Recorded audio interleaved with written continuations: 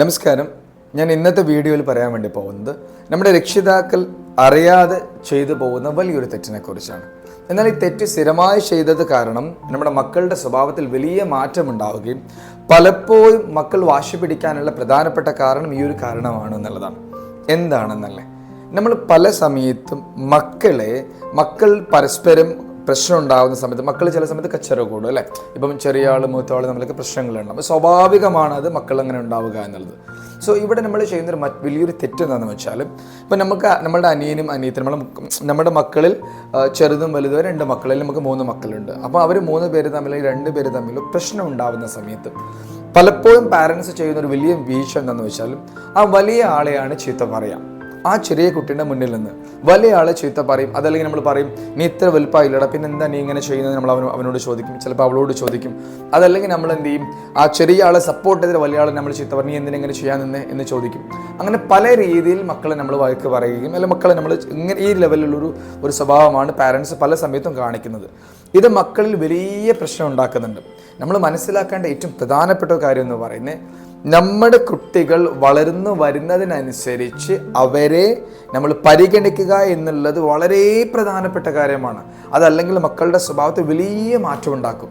എങ്ങനെ ഞാൻ പറഞ്ഞേ, നമ്മുടെ മക്കൾ വളർന്നു വരുന്നതിനനുസരിച്ച് അവർ വളരുന്ന രീതി അനുസരിച്ച് വളരുന്നതിൻ്റെ കൂടെ അവരെ പരിഗണിക്കുന്നതും കൂടണം. എന്നാൽ അതിന് ഓപ്പോസിറ്റാണ് ഇന്ന് പല രക്ഷിതാക്കളിലും നടന്നുകൊണ്ടിരിക്കുന്നത്. മക്കൾ വളർന്നു വന്ന് ഒരു 5 വയസ്സോ 6 വയസ്സോ 7 വയസ്സാകുമ്പോഴേക്കും നമുക്ക് 2-മത്തെ 3-മത്തെ കുട്ടികൾ വന്നു കഴിഞ്ഞാൽ സ്വാഭാവികമായിട്ടും നമ്മളെന്തോ ഇവർ വലിയ ആൾക്കാരായ പോലെ അല്ലെങ്കിൽ ഇവർ ഒറ്റയ്ക്ക് കാര്യം കൈകാര്യം ചെയ്യാൻ പറ്റുന്ന പോലെ നമ്മൾ അവരെങ്ങ് മാറ്റി നിർത്താൻ കാണാം. ഇനി 10 വയസ്സായ കുട്ടിയാണെങ്കിൽ പോലും ആയിട്ടില്ല നമ്മൾ അവരെങ്ങ് മാറ്റി നിർത്തി നമ്മൾ ഇവരെ കൂടുതൽ കെയർ ചെയ്ത ഒരു സിറ്റുവേഷൻ ഉണ്ടാകും. ഇതൊരിക്കലും ഉണ്ടാവാൻ പാടില്ല. ഇത് പല സാഹചര്യത്തിലും നമ്മൾ അറിയാണ്ട് സംഭവിച്ചു പോകുന്നുണ്ടെന്നുള്ളതാണ്. അപ്പോൾ പ്രത്യേകിച്ച് ഒരു എക്സാമ്പിൾ ഞാൻ പറയുമ്പോൾ, നിങ്ങളുടെ മക്കൾ തമ്മിൽ പ്രശ്നം ഉണ്ടാവുകയാണ്, അവർ തമ്മിൽ ചെറിയ എന്തോ പ്രശ്നം ഉണ്ടാകുന്ന സമയത്ത് നിങ്ങൾക്ക് 2 രീതിയിൽ അവിടെ കൈകാര്യം ചെയ്യാം. ഒന്നുകിൽ 2 പേരെയും സപ്പോർട്ട് ചെയ്യാം, അതല്ലെങ്കിൽ 2 പേരെയും സപ്പോർട്ട് ചെയ്യാൻ പാടില്ല എന്നുള്ളതാണ്. ഓക്കെ, എന്നിട്ട് നിങ്ങൾ ഒന്നുകിൽ 2 പേരും ഒരുപോലെ സപ്പോർട്ട് ചെയ്യുന്ന 2 പേരും സപ്പോർട്ട് ചെയ്യാൻ പാടില്ല. എന്നാൽ അത് കഴിഞ്ഞാലോ ഇപ്പം നിങ്ങളുടെ മൂത്ത കുട്ടി നിങ്ങളുടെ കൂടെ ഉണ്ടാകുമ്പോൾ അവനെ കൂടുതൽ നിങ്ങൾ പരിഗണിക്കണം. അവൻ്റെ പ്രായത്തിനനുസരിച്ച് അവന് കൂടുതൽ പരിഗണന അവനക്ക് കൊടുക്കണം. 2-മത്തെ കുട്ടിക്ക് എത്ര പ്രായം ആ പരിഗണന അവന് കൊടുത്താൽ മതി. 3-മത്തെ ആൾക്ക് എത്ര പ്രായമാണ് ആ പരിഗണന കൊടുത്താൽ മതി. അപ്പോൾ പ്രായത്തിനനുസരിച്ച് പരിഗണന കൂട്ടണം. എന്നാൽ ഇവിടുത്തെ പ്രോബ്ലം എന്താണെന്ന് വെച്ചാൽ, മൂത്ത ആൾക്ക് ചെറിയ പരിഗണനയും 2-മത്തെ ആൾക്ക് മീഡിയവും ഏറ്റവും ചെറിയ ആൾക്ക് നല്ല പരിഗണനയും കൊടുക്കും. ഇത് വലിയ പ്രോബ്ലം ഉണ്ടാക്കുന്നുണ്ട് മക്കളിൽ. ചെറിയ പ്രശ്നം എന്നല്ല അവരുടെ സ്വഭാവത്തിൽ ഉണ്ടാക്കുന്നത്. ഇത് പാരൻസ് വളരെയധികം ശ്രദ്ധിക്കേണ്ട കാര്യം. പ്രത്യേകിച്ച് നമുക്കൊരു കുഞ്ഞുവാവുണ്ടെങ്കിൽ കുഞ്ഞുവാവേനെ നമ്മൾ വല്ലാണ്ട് കെയർ ചെയ്യും. ആൾക്ക് ഇതൊന്നും മനസ്സിലാവുന്നില്ല. ഈ കെയർ ചെയ്യുന്നതും കാര്യങ്ങളൊന്നും ആളെ സംബന്ധിച്ചിടത്തോളം വലിയ പ്രശ്നമൊന്നും ആൾക്ക് ഉണ്ടാക്കുന്നില്ല. എന്നാൽ മൂത്ത ആൾക്ക് അങ്ങനെയല്ല. ആളെ പരിഗണിക്കാണ്ട് നിൽക്കുന്ന സമയത്ത് ആൾക്ക് അത് മനസ്സിലാക്കാനും തിരിച്ചറിയാനുള്ള ലെവലിലേക്ക് ആൾ വളർന്നിട്ടുണ്ടെന്നുള്ളതാണ്.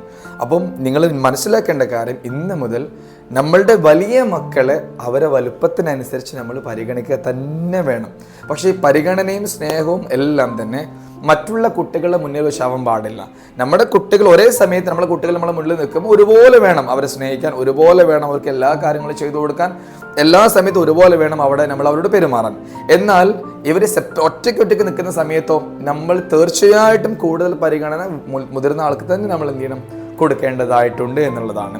2-മത്തെ കാര്യം ഞാൻ പറഞ്ഞു, ഇവർ തമ്മിൽ പ്രശ്നം ഉണ്ടാവുന്ന സമയത്ത് മൂത്ത ആൾക്കെതിരെ സംസാരിക്കുകയോ മൂത്ത ആളെ നമ്മൾ ഇകയറ്റി സംസാരിക്കുകയോ ചെറിയ ആളെ സപ്പോർട്ട് ചെയ്യുക ഒരു കാരണവശാലും ചെയ്യാൻ പാടില്ല.